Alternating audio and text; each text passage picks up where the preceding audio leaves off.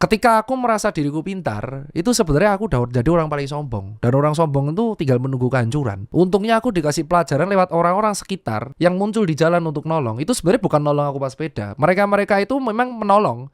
Tapi bagiku mereka membuat aku kayak, oh ternyata di luar sana banyak orang lebih hebat dari aku. Jadi aku harus belajar. Gelasku harus selalu kosong. Karena ilmu tuh bisa didapat dari mana aja. Maka untuk menghindari egoku lebih jauh, aku sekolah lagi ke sesuatu yang aku nggak pernah pelajarin. Aku masuk di finance, aku masuk di general management ITB. Sejak saat itu aku nggak mau ngasih seminar lagi. Ngisi seminar-seminar kesuksesan nggak ada. Karena aku baru sadar, aku tuh bisa duduk di sini itu karena luck. Ada yang namanya luck dan keberuntungan. Semua orang bisa menjadi pengusaha, tapi tidak semua orang bisa menjadi pengusaha sukses. Karena tidak semua pengusaha mendapatkan namanya keberuntungan. Apakah orang yang gagal itu tidak bekerja keras? Bekerja keras. Semua orang endingnya bekerja keras, tapi hanya segelintir orang yang mendapatkan keberuntungan untuk mendapatkan posisi menjadi orang pengusaha kaya itu. Dan menurutku, aku menjadi salah satu orang yang beruntung.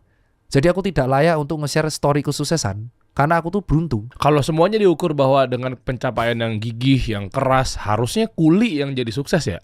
Iya. Tapi kenapa semua orang bekerja keras tidak semuanya menjadi sukses? Karena ada faktor X yang namanya beruntung. Kalau Susan Kerr tidak lahir 2013, tidak ada gunung kelut yang meletus, abunya tidak ke Jogja, Susan Kerr gak akan viral saat itu. Susan Kerr gak akan buat postingan before after viral. Di situ egoku berkurang. Aku tuh gak ada apa-apanya. Memang beruntung, pure beruntung. Kebetulan beruntung tidak pernah ngerasain kerja sama orang. Jadi aku ngerasa hebat. Padahal tuh beruntung. Semua orang tuh bekerja keras. Tapi kenapa aku Susan Kerr yang tiba-tiba konsisten? Ya karena konsisten. Iya kerja keras, betul. Semua orang kerja keras. Tapi karena beruntung. Kalau gak ada faktor before after itu, ya gak akan viral itu. Ya kalau pas pandemi aku gak koar-koar di live, followerku gak akan nambah sebaik sampai 2,5 M. Itu luck. Maka buat apa kalau kita koar-koar sukses kalau luck? Maka aku kembali lagi ke pattern utama aku. Ya aku sekolah, aku kerja sama orang. Ya karena itu yang memang bisa aku lakuin. Aku orang menengah aja.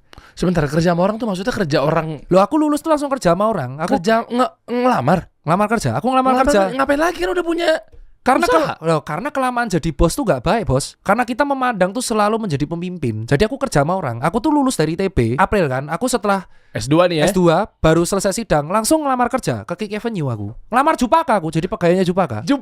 Telepon bisa saksi demi Allah Rasulullah aku gak bohong. Aku ngelamar Jupaka. Jup ada lamaran, ada spot kerja gak Kick Avenue, aku mau ngelamar. Gajimu mahal. Oh Rato mau digaji 4, 6 juta, 7 juta kerja wani aku. Aku cuman butuh kerja sama orang. Konsisten aku tenan. Ini CV-ku tak buatin semua. Aku ngelamar kerja 4 kantor. 1 di temanku sendiri Nom Klinik. Aku tuh dikasih sharing minor, tapi aku kerja sebagai direktur utama. Tapi gaji ini kira sepiro Pak dibanding Susan Kerr. Tapi kerja buat temanku Dr. Asa sama Dr. Afri. Aku kerja buat mereka.